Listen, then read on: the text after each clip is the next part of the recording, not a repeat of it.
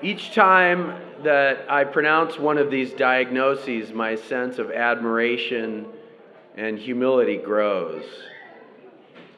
I have not walked a path like these, and so I feel humbled and fortunate to listen to these speakers who are with us tonight. I'll do my best to approximate the pronunciation of the diagnosis of Oligodendroglioma, stage 3 brain cancer. Another champion, Justin Cottle. Oligodendroglioma. I don't say it very well either, or remember how to say it, so you did well. My name's Justin. This is my story. I'm grateful for the blessings that have been given to me and my family and all those around me who I know. I'm 37 years old. I have an amazing set of family and friends. They've truly followed me on this path in my life. I've been married for almost 10 years, and my wife Cindy has helped me to stay positive and to stay strong in the past year and a half, which is when all of this started going down.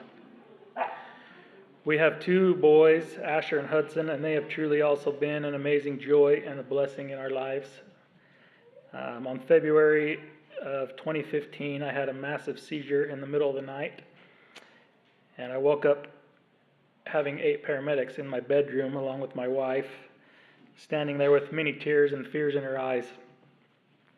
I was very unaware and in disagreement with the paramedics as they told me I had a seizure, and my wife was trying to tell me I had just had a grand mal seizure. I felt very odd and out of the situation. The paramedics ended up loading me up into the ambulance, and they took me and my wife to the hospital. During the long time that we were able to spend at the hospital, nothing major was found by the doctors. They were preparing to release and send me and my wife home. And as we were waiting for that release, I was talking with my wife about the situation that was going on. And suddenly I was unable to speak and say things that I wanted to say. After around 30 seconds, I was back to normal and able to speak and communicate. And at that point, I had recognized that I had just had a mini seizure. And the biggest reason I was able to recognize that is the fact that it has happened to me in the past, and I was always by myself. I always seemed to be driving to work or back and forth from work. So I was very grateful that those times were safe, and it wasn't nothing major at that time. This truly made me realize how lucky I was with the situation and when all these small seizures had taken place. At that point, we told the doctor about it and how I recognized that had happened to me in the past. We were soon told that we would not be heading home and that we would be heading to another hospital. So I was in an ambulance and taken to a larger hospital.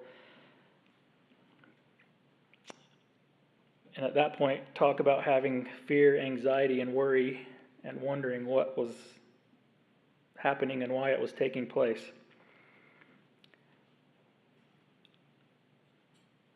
At the new hospital, we were checked in, and I ended up having a CT scan and an MRI. And I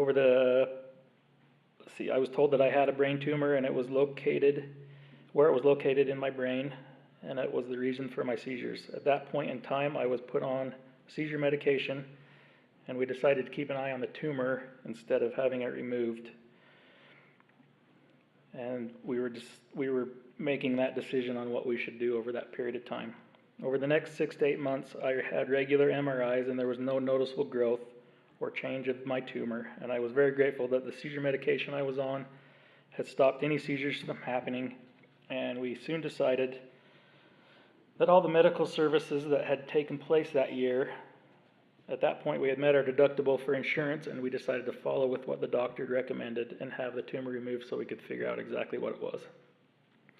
We were hoping and confident that it was not a cancerous tumor, and once it was removed, I could go on with my great life and have nothing to worry about. So in December of 2015, I had brain surgery, and they removed as much of the tumor as they could, with minimizing the effect it would have on my brain. Turns out that our hopes and our confidence of it being non-cancerous were wrong. It ended up being a stage 3 Oligodendroglioma tumor. So it was a good thing that we made the decision to have it removed. But now we had more decisions to make and things to do so we could successfully get rid of this tumor. Shortly thereafter, I started chemo pills and I started radiation treatment. And I just barely finished those about a month ago. I have been closely followed and watched by the doctors during these treatments to make sure that I stayed as healthy and strong as I possibly could during this process. I've continued to get regular MRIs on a monthly or bi-monthly basis and visit with the doctor during the whole process. And I'm thankful for the things that have looked good and positive throughout this journey. I hope and pray that those treatments I have had received will continue to be a blessing in my life, and there will be no more of this messy moment that I have to fight.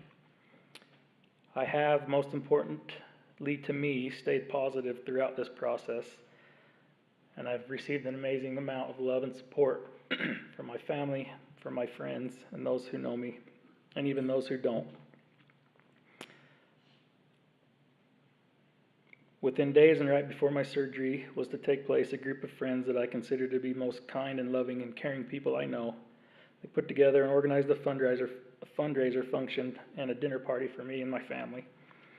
I was truly blessed and taken care of by many people that I hadn't seen for 20 years. I was truly helped and blessed by this event of my lifetime, not only emotionally but financially for the short period of time after my surgery. During my recovery, I was unable to work. I believe that the most beneficial way to get through moments like these are staying positive, staying humble, staying grateful, and looking at all the good around you and your family's life. I'd like to thank all of you for being here and for your support and love and kindness. Thank you.